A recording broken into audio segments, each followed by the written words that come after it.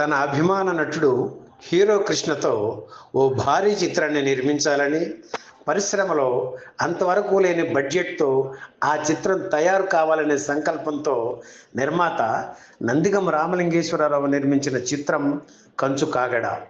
ఎన్నాళ్ల నుంచో తన మదిలో ఉన్న ఊహలకు ఒక రూపం ఇచ్చి ఈ చిత్రకథ తయారు చేయించారు. ఈ చిత్రానికి ముగ్గురు రచయితలు సత్యమూర్తి, సత్యానందు, మహారథి రచన చేయడం విశేషం. ఒక అభిమానిగా హీరో కృష్ణ ఎటువంటి పాత్ర పోషిస్తే బాగుంటుందో తనకు తెలుసు కనుక ఈ సినిమాలో నవరసాలు కలిగిన విక్రమ్ పాత్ర కోసం క్రియేట్ చేయించారు రామలింగేశ్వరరావు.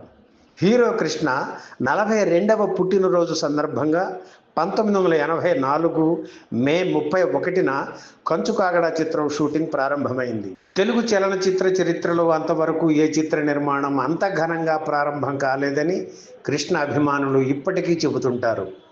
హీరో కృష్ణ పుట్టినరోజు చిత్ర ప్రారంభోత్సవం కావడంతో ముందు రోజు రాత్రి అభిమానులు చెన్నై చేరుకున్నారు. వారు వచ్చిన బస్సులు, కార్లు, ఇతర వాహనాలతో వాహిని స్టూడియో ఉన్న వడపళని ప్రాంతం కిక్కిరిసిపోయింది. కలర్ఫుల్, కాస్ట్లీ ఫిల్మ్గా రూపుదిద్దుకున్న కంచు కాగడాలో భారీ తారాగణం, భారీ సెట్స్, భారీ సాంకేతిక విలువలు ఒకటనేమిటి, సినిమాలో అడుగడుగునా భారీతనమే కనిపిస్తుంది. కంచు కాగడ తయారవుతున్న తరుణంలోనే కృష్ణ, శోభన్ బాబు నటించే మహాసంగ్రామం చిత్రం కూడా నిర్మాణంలో ఉంది. రెండూ భారీ చిత్రాలే. దాంతో ఒకదాన్ని మించి మరో చిత్రం ఉండాలనే పట్టుదలతో ఆ చిత్ర నిర్మాత తిరుపతి రెడ్డి, రామలింగేశ్వరరావులు పోటీ పడ్డారు.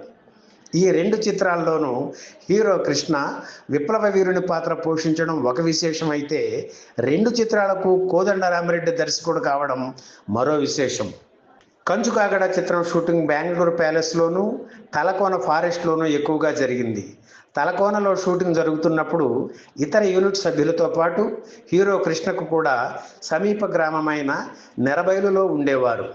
ఆయన కోసం ప్రత్యేకంగా ఒక ఏసీ కాటేజ్ కట్టించారు నిర్మాత రామలింగేశ్వరరావు.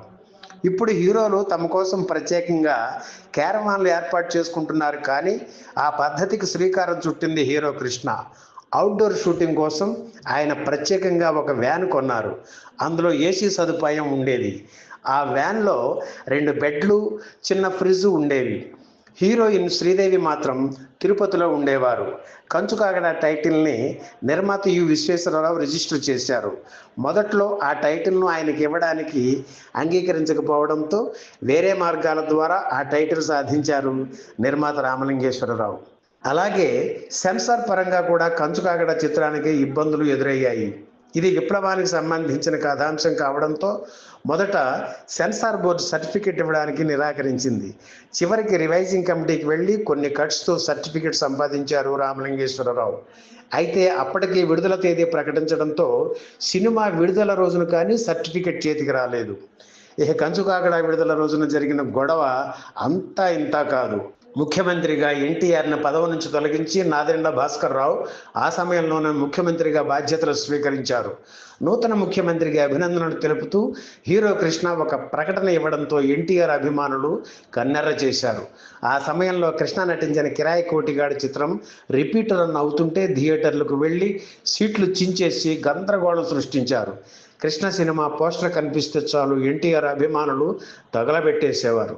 ఆ సమయానికి కృష్ణ దీపాత్రాభినయం చేసిన దొంగల బాబాయ్ దొంగలు సినిమా విడుదలకు సిద్ధమైంది.